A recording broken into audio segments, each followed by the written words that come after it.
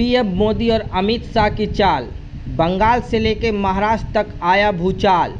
ममता दीदी और शरद पवार की नींद उड़ी। इधर सभी मीडिया अतीक अहमद और अशरफ के मौत में मशहूर रहा मीडिया, उधर मोदी और शाह ने बंगाल और महाराष्ट्र में पलट दी बाजी।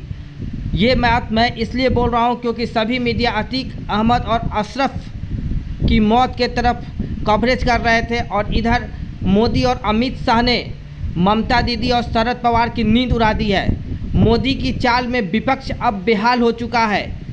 ममता और शरद का राइट हैंड हुए अमित शाह के खास। मैं इसलिए ये बात बोल रहा हूँ क्योंकि आपको भी पता है कि कुछ दिन पहले बंगाल और महाराष्ट्र में एक बड़ा सियासत उलटफेर होने जा रहा है। अगले 48 घंटे बहुत महत्वपूर्ण है बंगाल और महाराष्ट्र के लिए। शरद पवार के भतीजे अजित पवार जो नंबर 2 के लीडर हैं एनसीपी के, वो बीजेपी में जाने की सूचना मिल रही है कि बहुत जल्द वो बीजेपी में शामिल हो सकते हैं। कहने का मतलब ये है कि अजित पवार के साथ लगभग सूत्रों के अनुसार 40 विधायक भी उनके साथ में हैं। एनसीपी के टोटल 53 विधायक अभी महाराष्ट्र में है। ऐसी उम्मीद लगाई जा रही है कि उसमें से 40 जो विधायक हैं वो अजित पवार का सपोर्ट कर रहे हैं। अजित पवार अगर बीजेपी के नज़दीक जाते हैं तो शरद पवार और उद्धव ठाकरे के लिए बहुत गलत होगा। अब आप एक तरफ आप अजित पवार को देखिए, दूसरी तरफ बंगाल की तरफ जाते हैं जहां मुकुल राय जो कि टीएमसी के लीडर हैं, वो अब फिर बीजेपी के तरफ जाते हुए दिख रहे हैं। कलकत्ता से दिल्ली तक पूरा माहौल गर्म हो चुका है राजनीति का।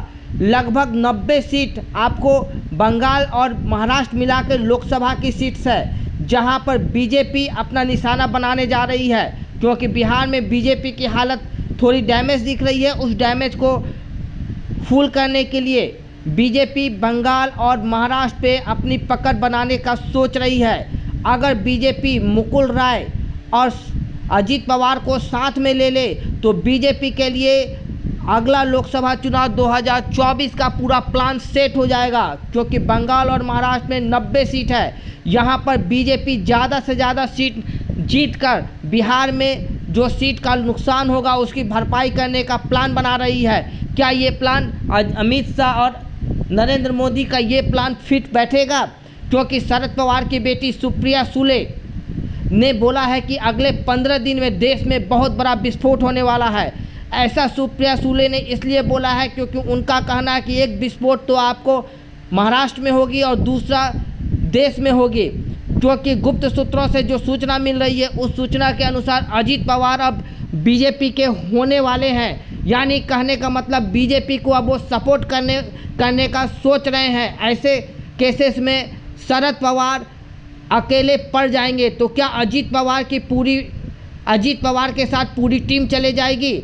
आपको पता ही होगा कि कुछ दिन पहले उद्धव ठाकरे के साथ भी यही खेला हुआ था, जहां पर उद्धव ठाकरे की सरकार को गिरा दिया गया और शिंदे ने लगभग 80% विधायकों को अपने साथ लेके चले गए।